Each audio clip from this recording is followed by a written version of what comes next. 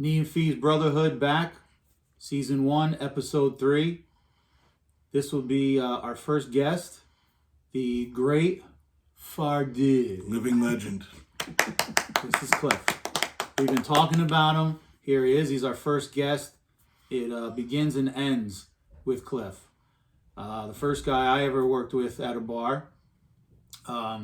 So, real quick, Cliff is going to give you his life history leading up to, the Terrorist Club, bouncing. I kind of know a little of it, and I think it's interesting, especially the, Kung Fu. So, Cliff, welcome to the show first. Welcome to the Brotherhood. Thank you. Hi, miss. So my starting point was I was doing Kung Fu in Chinatown, New York City, and I used to come back around 11 or 12 o'clock, and I used to go to a local bar right near where my house was. It was about a block away. So it became a ritual, and every weekend I would see another person there who worked for the police department. So he knew me from this, and he had been, he's been an officer for a while. He also was in special forces and had a lot of training, and we became friends. And he got to know me, and then he was offered a job at the Terrorist Club. Mm-hmm. Yeah. So, and this is the first time. I had never done security before. He had been doing it a long time. So he said, "I'd like to have you come in as my number 2 man." And he said, "Would you like to do it?" I said, "Yeah, I'll give it a try." And 30-something years later, I'm still doing it. So it's probably my dubious distinction to be the oldest bouncer in the tri-state area. I think by far. I think so too. Excellent work, though. Excellent work. Which I'm still doing, obviously not with the other guys, which I'd love to be with them again. Yeah. But I'm with a good group of people now, and still continuing doing the same thing. And a lot of it's the same, as they know. It repeats itself wherever you go, because besides where we worked to start with, we worked in 3 or 4 other places after that. Yeah. And it was always the same. The work is sometimes interesting, sometimes dangerous, psychological, of course. You watch trends, you watch stuff change over time. For instance, smoking inside a bar. Yes. To the point where, when we worked, we were around smoke all the time. Yes. They had these huge fans at the gable ends of the building, and they would suck the air out one side and bring air in from the other. And you could see it was like a funnel of it, smoke going out of the building. And you open those doors by the DJ booth and just look at the lights. Exactly. Lights of fire. And so then you go home and you have your shirt on and you take your clothes off and you could smell cigarettes like the next morning. Disgusting, yes. Yeah, it was really bad, considering what the health hazards are with it, because secondhand smoke became just as well known as firsthand, where you smoke, where you don't smoke, you still can have the same effect. So that's where my beginning was, and we went in there, and I didn't know what to expect, and it got pretty interesting very, very fast. So, and I was with we had a group of people, Eddie and Rodney. They were there pretty much from the beginning, in our beginning, our knowledge of each other.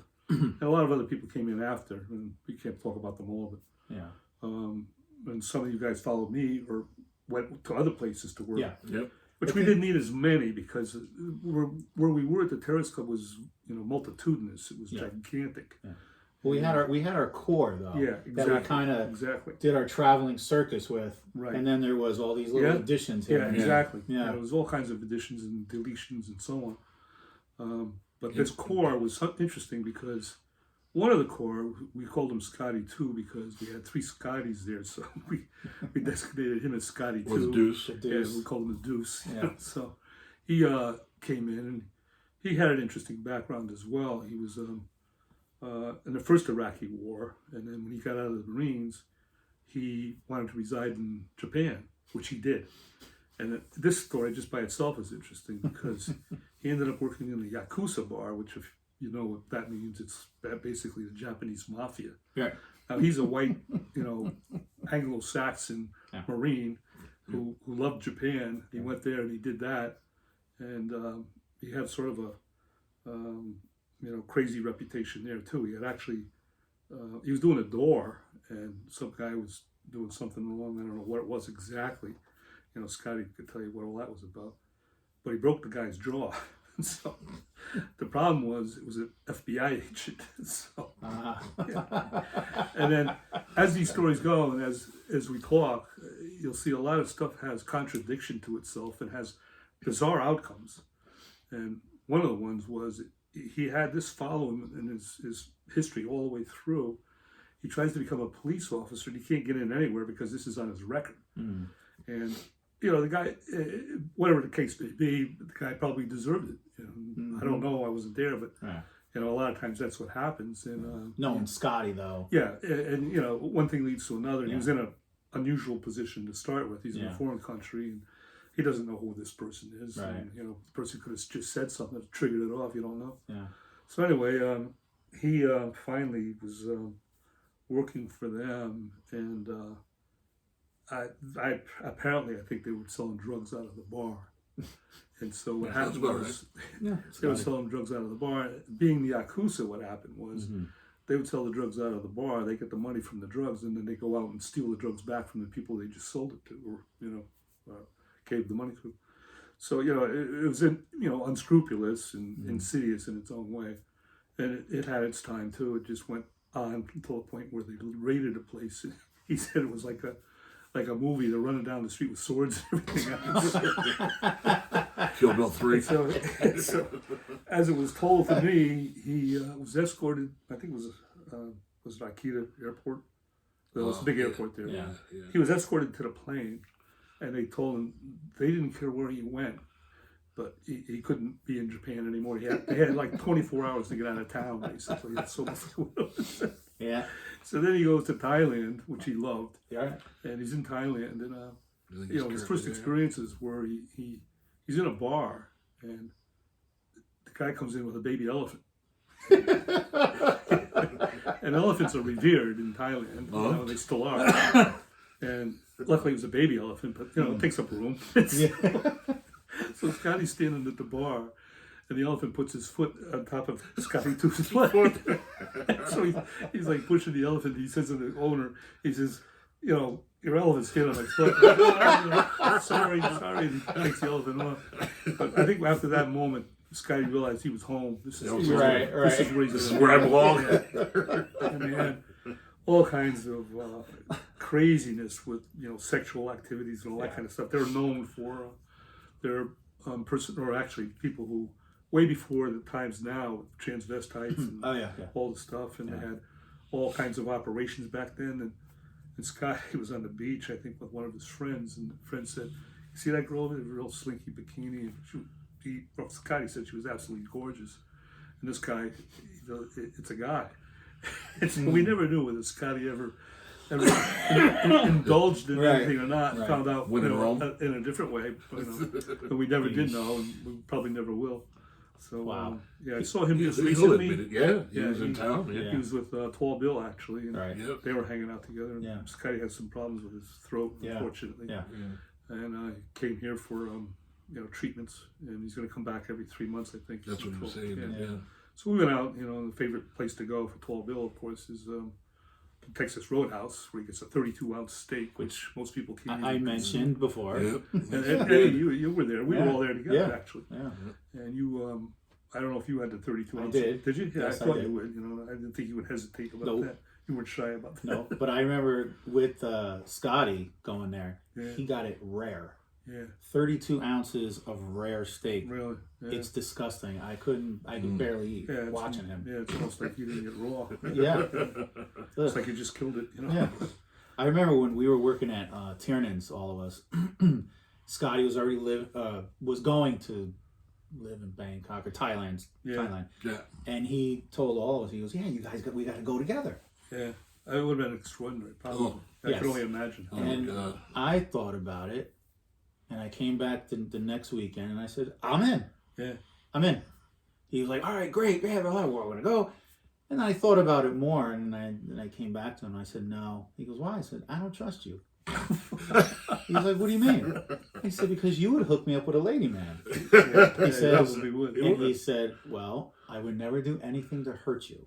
Yeah, But that means I'm going to be with a lady man. Yeah. And Until you probably, find out. the other inference is he'd probably like it. Yeah. He'd probably, with his phone, snap some pictures. He'd be doing all that. He would own me forever. Of course. Yeah. So tell us about your Kung Fu, who you studied with, because I always thought that was interesting. Yeah, I studied with, I had really good luck. I had, it's my favorite sound, boing. Kung Fu boy. So anyway, excuse the interruption, but Pardon. yeah, I was down in New York. I had studied here in Connecticut first with Korean instructor, was Tang Sudo Mudo Kwan, and he was actually head of the Taekwondo Federation in Korea. Mm-hmm. So he was really good. Yeah. If I had to do it ever again, I probably wouldn't have done the karate. I would have done the Hapkido, which is more like what Steven Seagal does. Yeah. It's sort of like the Korean version of Aikido. Mm-hmm. It's very interesting, and I did learn some of that. But after all was said and done, I think that was really a better art. Anyway, so I had my initiation in that, and then I got tired of the kicking and all of that kind. I was in actually a Taekwondo tournament at Yale University. Uh-huh. And I think I was in the heavyweight division. I think I came in third or something like that. Yeah, anyway, it was up on the top there. But after that day, I cut my foot, and it was just way too much energy to expend. And after you do this for a while, you start to think in terms of a lot of martial arts. You realize that even if you're doing that kind of art, the further you go, the more the desire is to become where you use less movement and less energy. Mm-hmm. And all styles probably gravitate towards that end. So I started studying Tai Chi actually, which was completely different, and it's all slow motion movements. But in actual Tai Chi, you don't do anything slowly. Mm-hmm. It's done quickly. And in martial arts, even in Wing Chun, which I studied after, it's sort of imprinted on your mind subconsciously more so when you do something slowly. So you don't have to do it fast. Even the Zhong, you see the wooden Zhong, a lot of movies are banging it and doing it really quick. That's all right, and it's not bad to do, but it actually should be done slowly and deliberately, and not more force than you need. You never break an arm off the Zhong. If you do, you're doing it wrong. It's a touch and go. And actually, you were a student with Alexis. Actually, your daughter was really good. Yeah, my daughter she studied a little bit, Yeah, just enough to get separation from somebody and run, because at the time she was very fast. Yeah, she was known for. She ran against geese, chasing geese down at West Beach after my softball game, and nobody and almost catching them. Yeah, nobody catches. They never get more than a foot. She was like right on top of it. So then Eddie used to goad her into running against boys, and she'd go, "No, Dad," she was being embarrassed, and then she'd run against the boys, and she'd smoke them. Yeah. And maybe they're all just disenchanted, like, this girl just beat me. I remember there was only one girl who was actually on her softball team for years, who was faster than her. Really? Yeah. This girl was she had to be fast. Lightning. Lightning. Yeah. She's actually graduated from college, and now I think she's the softball coach at that college. Really? Oh, wow. Yeah, good for her. Yeah, paid off. Yeah. So anyway, it's it was a long story, and I go down to New York City, and I'm doing Tai Chi with it was William C.C. Chen, and he's well known. If you ever look him up, he's been on many videos, and a leading exponent of Tai Chi, and he was renowned for the fact that Tai Chi is not really known as a fighting art, and so what happened was he went to back in the 50s, real early times in martial arts, they had these tournaments in Japan every year, and they were like knock down, drag out. Some people even got killed in it. Not many rules. Okay. And from all over the world, people would participate. Japanese, Korean, Europe, whomever it was, and they would go to this tournaments, a worldwide tournament. And what happened was with William C.C. Chen, people said he won. He didn't actually win. He came in third. But for that, it's still astounding. Yeah. To come in third using an art that's considered to be a very gentle art and passive Yeah. and so on. So that put him on the map. So he came to the United States and he started teaching. And I was with him for a while, and then there was another instructor that came that was his instructor, T.T. Liang, he was the one who gave me a book that he wrote. Now this is all in This is all in Chinatown? China. This is on 6th Avenue, Okay. where Tai Chi was. Okay. So then I studied with him briefly, and he was 86 years old when I studied with him. Yeah. Right, and to talk about the interesting parts of it, this is one of the things. He had been given 6 months to live when he was 40, and his father he loved his son, so he wanted him to live longer. So he brought him to a Tai Chi instructor well known in China, and he started to do it. I think he did low stances and long stances, which were a little harder to do, but it developed strength, internal strength. Okay. And he liked it, and he wasn't getting better, but he felt good. Yeah. And so a year went by, so he beat it by 6 months, and he just kept doing it. So then I meet him when he's 85 or 86. And then I left there actually, and I ended up going downtown into Chinatown and started studying Wing Chun. I don't want to digress because the story goes on from there with this T.T. Liang. So I'm with him for only a short while, and he was a part of the William C.C. Chen group.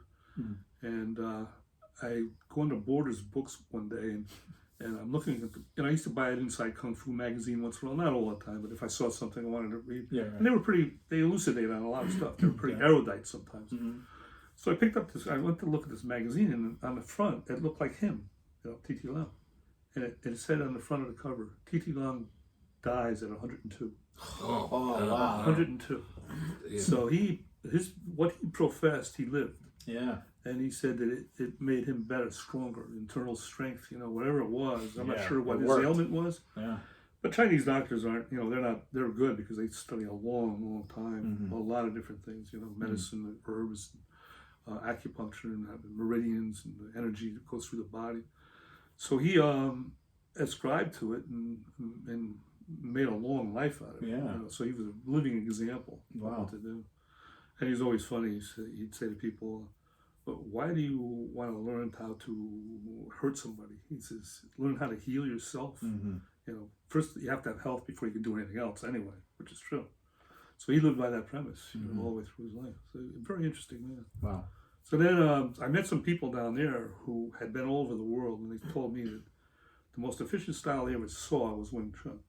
But they said very, very few people taught it correctly, at least. Yeah. There are many schools, but they're all different, and they bastardized a lot of it over time.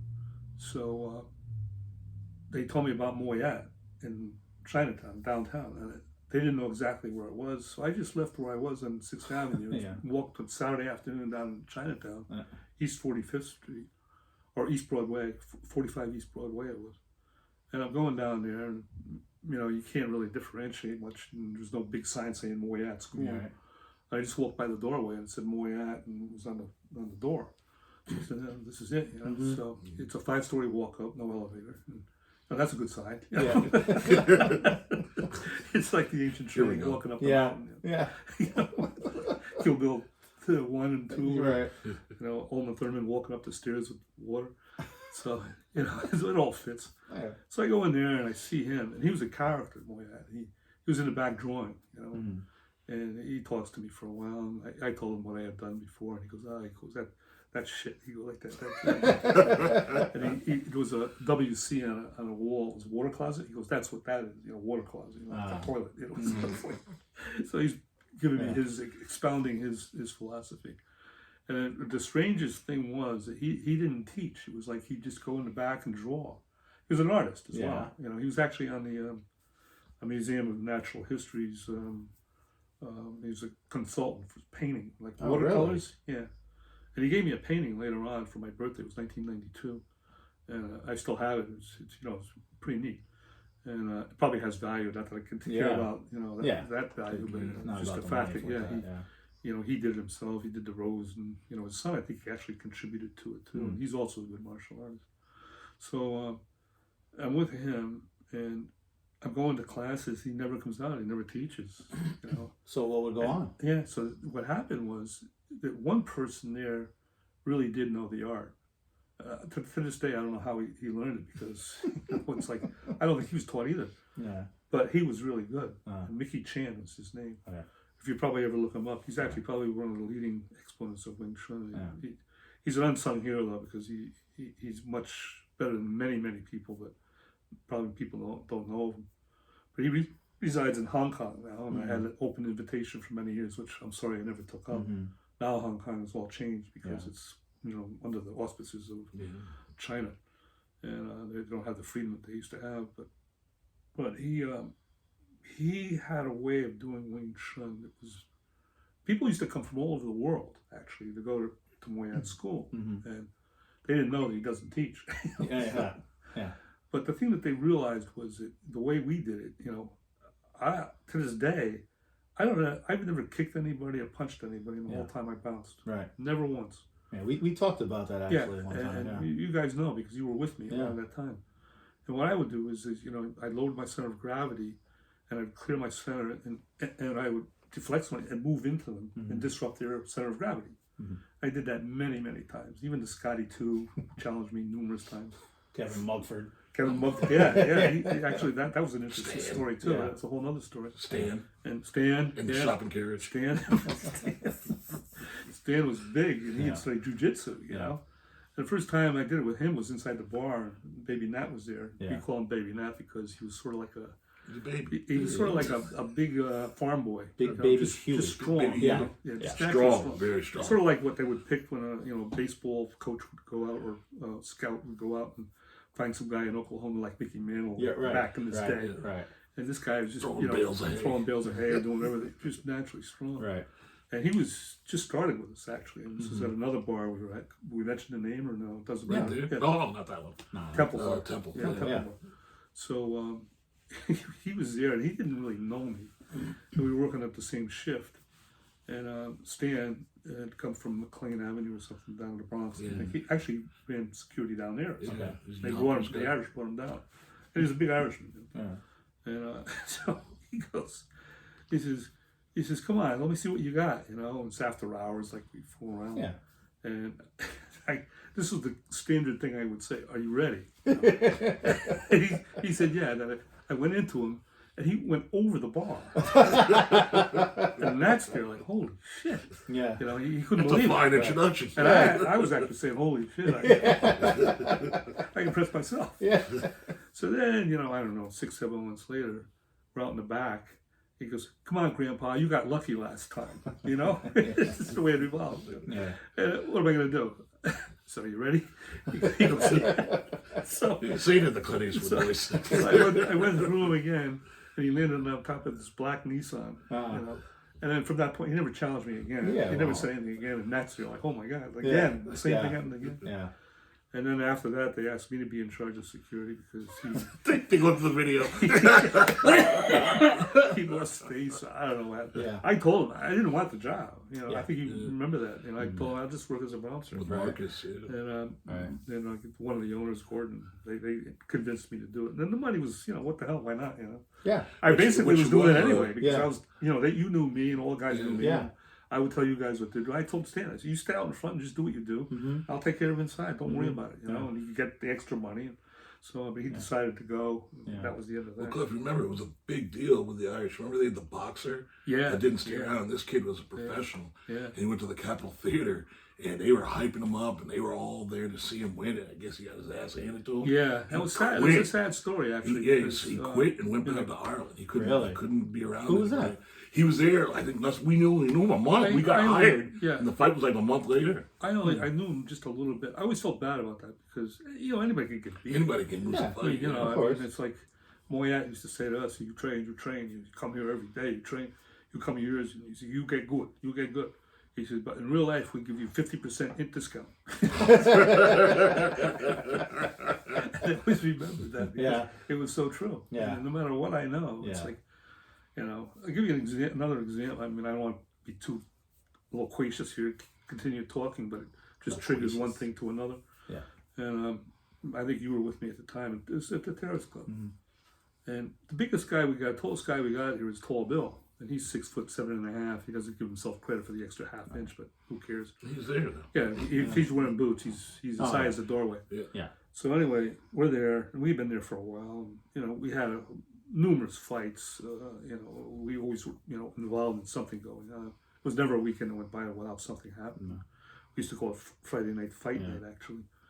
And everybody had their shirts ripped, and somebody would wear your ripped shirt to work because, you know, We used to talk about the green jacket. Yeah, Green jacket. Like how many times were the Exactly. green jackets covered in blood? Yeah, exactly. Yeah. So and that's the way it became known. But this guy walked in the door, and he just cleared the door. He was the same height as 12 mil, but he was like twice as thick. It was summertime. He had shorts on. His legs were like tree trunks, and he wasn't fat. I'm looking at him like, shit, you know, it's not a good sign. Yeah. Because he had all his buddies with him, like 5 or 6 guys. Right. So I knew, I think I had told you guys, we're going to have a problem with this guy before. I know exactly what you're talking about. Yeah. So anyway, I won't mention any names, but, and we were prolific then too, you know, 1,200 people on a Friday or a Saturday. Yeah. And we had the stations and all. And I was doing a station at the time. I was up behind a big bar on a chair. Yeah. And he comes over towards me, and something happened with him and a girl. I don't know what the hell happened. I don't know if he tried to pour beer on her head. Something happened, you know. And now here it goes. You know? Yeah, here So we go. I come over the bar, you know, jump down. He's running across the floor, and the floor is shaking with him running. And so I come up behind him. He turns around, he looks at me, and all his friends are there, all of his buddies, you know. And one of them was like this with me, like, he says, "What's up?" And I said, "Nothing." He says, "Relax." And I said, "I am relaxed," but I didn't take my eyes off the big guy. The guy. Yeah. And this guy knows, you know, he knew I felt him. I didn't care about him. I knew where he was. I felt him. I could move off of him any second. I could move off of him. Right. But my concentration was on this guy. And you guys came up, and Tall Bill was the only one eyeball level with him. And he was twice as wide as Tall Bill. Yeah. Yeah. And so I'm looking at this whole thing, and I don't care, you know, whatever you know, that's good. It's all good. But, you know, you still got to measure the obstacles you got ahead of you. And I'm just looking at it. This is going to happen, and everybody's edging up to this. And finally, I don't know if you remember what happened or not. He bent over and shook my hand, and he says, "I'm sorry," and he says, "We're going to leave." And I was like, "Oh my God, thank God, thank God." Yeah. We were ready to go. Yeah. And his friend, I mean, I wasn't worried about his friends, but he could have really caused a lot. Problem. Yeah, he could have. And they all depended on him. Of course. Because they knew, He was the you know, leader. if they got in trouble, and they would cause trouble just to get him involved. It's always the little guys that start the trouble with the big friends. Always. So it's an interesting story. Somebody's behind him hypnotizing him. Yeah. But it continues from there. The thing that's funny is talk about, you know, what we did in our life and psychology, a lot of psychology. And what happened was about 2 months later, maybe less, he came back and wanted to get a job. And I said, yeah. Of course. And what I did was, it was beautiful for me. I put him at the front door. Yeah. Everybody coming in saw him. Right. And it that physical presence, it was a psychological effect. Yeah. They just didn't want to deal. And then all of us were inside, and we're not exactly small. Yeah. You know, but he was huge. So if you had any idea of screwing up, that's the first thing you saw. Yeah. You're like, when you're coming in the door, and you had to come in through the front entrance, there's no other way. Right. And you see this guy, oh my God, look at this guy. You know, it's like, and what if the other bouncers are anything like him? I don't want to screw up here. You know? Listen, Cliff, I had a question for you, and Eddie already confirmed it on a other episode, and not that I doubt him, but what is the psychology? It's before I'm there, so it's you, it's Eddie, the Manster, other people that I really didn't know well. What was the psychology? Was there too. Mark or Yeah, Billy? Mark was there originally. So what's and we've talked about ownership before, but what were they thinking? Only having 5 guys for the legal. I know. For the legal limit, that's a good plus point. Yeah. over what you guys were over. There was a time there when Kevin Mugford, who also, people would know, some people may know who he is for speaking his name, but he was really another really strong guy. He had gotten, and this story could lead into another, but you know, I'll hold that off. We could do that all night. Yeah, I know. And him and I were really the only 2 guys. I was on one side of the whole bar, and he was on the other. Yeah. And the whole dance floor was in between. And we had a 1,750 square foot Maplewood dance floor. Just the dance, sunken sunken dance dance floor, which is yeah. beautiful. It was Yeah. made for dancing. Way Yeah, back in the 50s. we talked about the Terrace Club. Yeah, How yeah. it's so old and beautiful. It was a great place. People Yeah. had weddings there. It had a great history. Yeah. And we ended up just, being there, and it was all chance, basically, for me.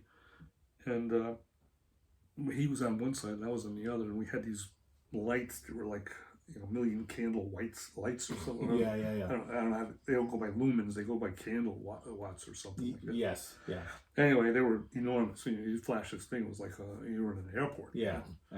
And that's how we could signal each other. Right. So I'd have a problem, I'd do that, and he'd see it, and he'd come running out. Right. And one day he says to me, he says, Cliff, he says, not for nothing, but he said, they're rolling dice here. And he says, well, he says, you're good. And he says, I'm strong as could be. And he was. Yeah. He had actually had the record for a squat, 800 pounds. He made the state record. Right. So and that was all during that time. He was, Yeah. he was a strong person.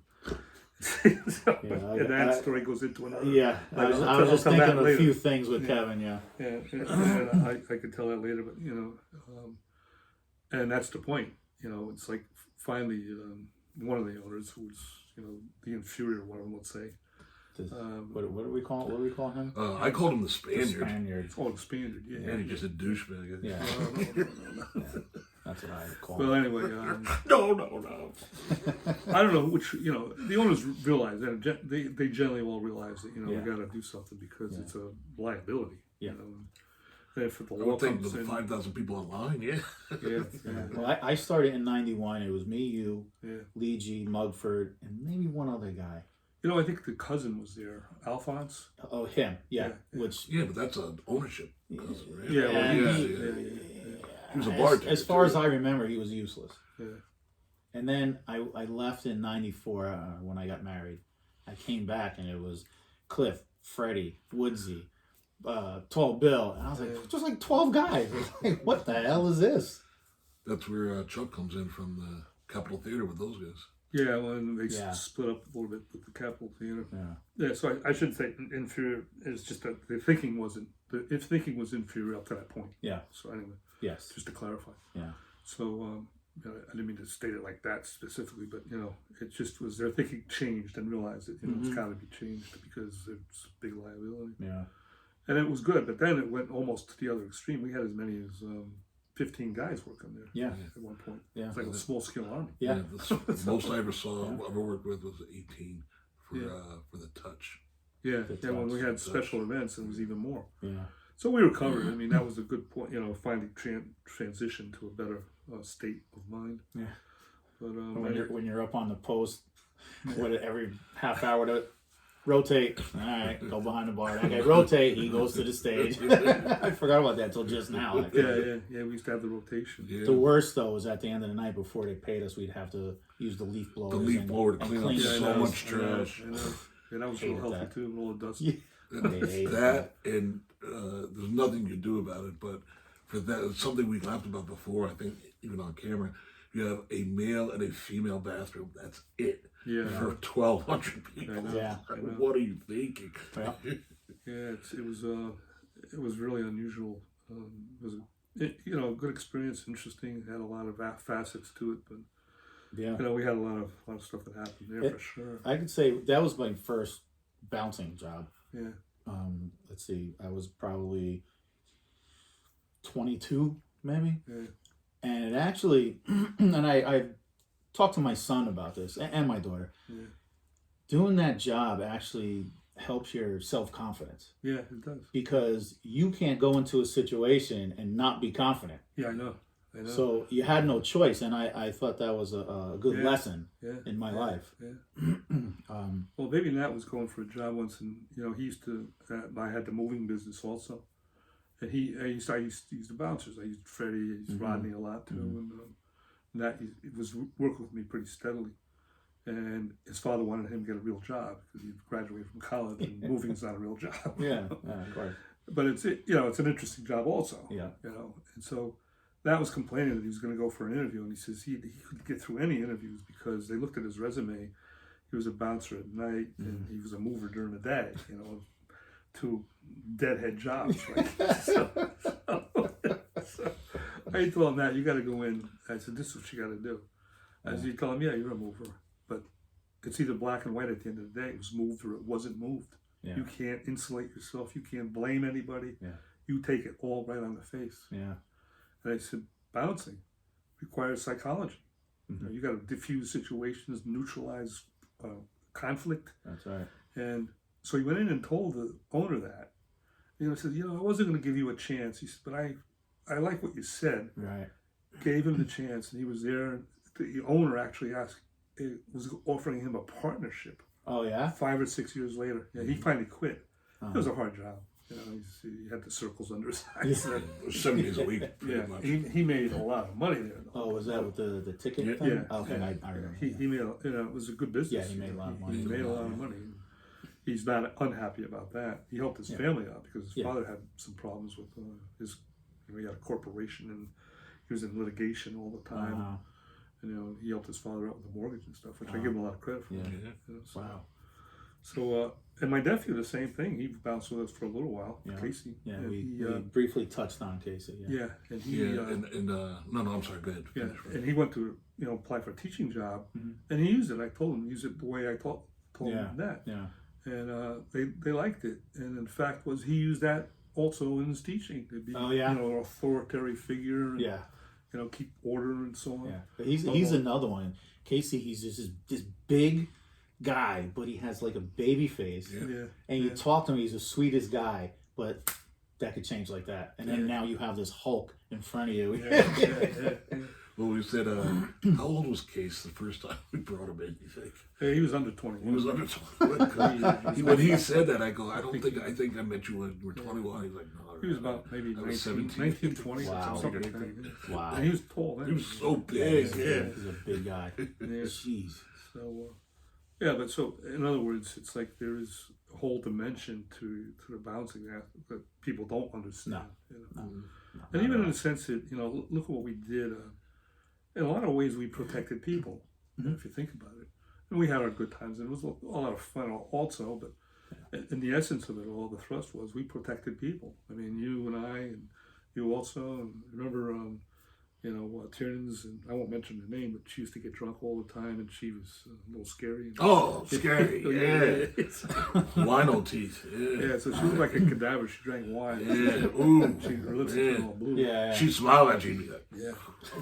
And guys used to sit around watching her, and She they were would going be to pray so on her. drunk. Yeah. Yeah.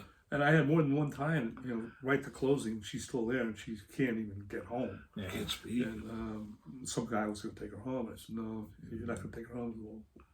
Well, why can't I take her home? I said, well, I'm telling you, you're not taking her home. Right. And they stopped because they realized I'm protecting her. Mm-hmm. And they had ulterior motives that were not so savory. Yeah. So anyway, they'd leave, and then one night a girl came up to me and gave me her number and said she saw what was going on. She says, if you need, I don't know this girl, she says, but if you need me to take her home, I'll come back. Oh, wow. Really good, I was really happy that she did that, Yeah. and I used it. I called her like 3 o'clock in the morning. Oh, said, yeah? Yeah. And she can. And she came, and I said, you gave me the number, and I said, I'm calling you. I said, because I can't take this girl home, but if you want to do it, I said, you're up, obviously. Yeah. And you want to do it. You don't have to, but if you want to. And she came and picked her up, See, which was some great. nice people Oh, out yeah, there. yeah. There was. Some needles in the haystack. Yeah. So there's a lot of psychology, and I had a girl come up to me a while back. And she says, "You remember me?" And I have no idea who it is. I'd say vaguely, just to be positive. Yeah. And she'd say, "I tell my friends all about this." She says, "You threw my boyfriend out once." And I don't remember. I don't remember what happened, But he was bothering her, and he was making it look like she was the problem, but he was really the problem. Yeah. And so, as we look at stuff, you see it, and you call it the way it is. And apparently, when I threw him out, he fell down or something. I don't know. She said that she liked the fact that, I saw her side of the story. Yeah. And I threw him out. Yeah. And there's immense psychology in a lot of this stuff. All right, And let's as I told you before, I'm sorry to interrupt, but just in comments, and people say that they want to know how you're doing. Probably people you haven't thought about 20, 25, 30 years. Because I've seen so many faces. Last weekend, a guy came in, He's got to be about 400 pounds now. He was back in the day when we were there. I won't mention his name, but he goes, I can't believe you're still doing this. He's walking up. I can't believe it. It is crazy. Yeah, I know. It's crazy that you're still working at a bar. I know. And I said to him, it's like, what am I going to say? Yeah. Here I am. Yeah. All right, let's wrap up. All right. We've had, season 1, episode 3, part 1 with Brother Thorn. Phardeaux.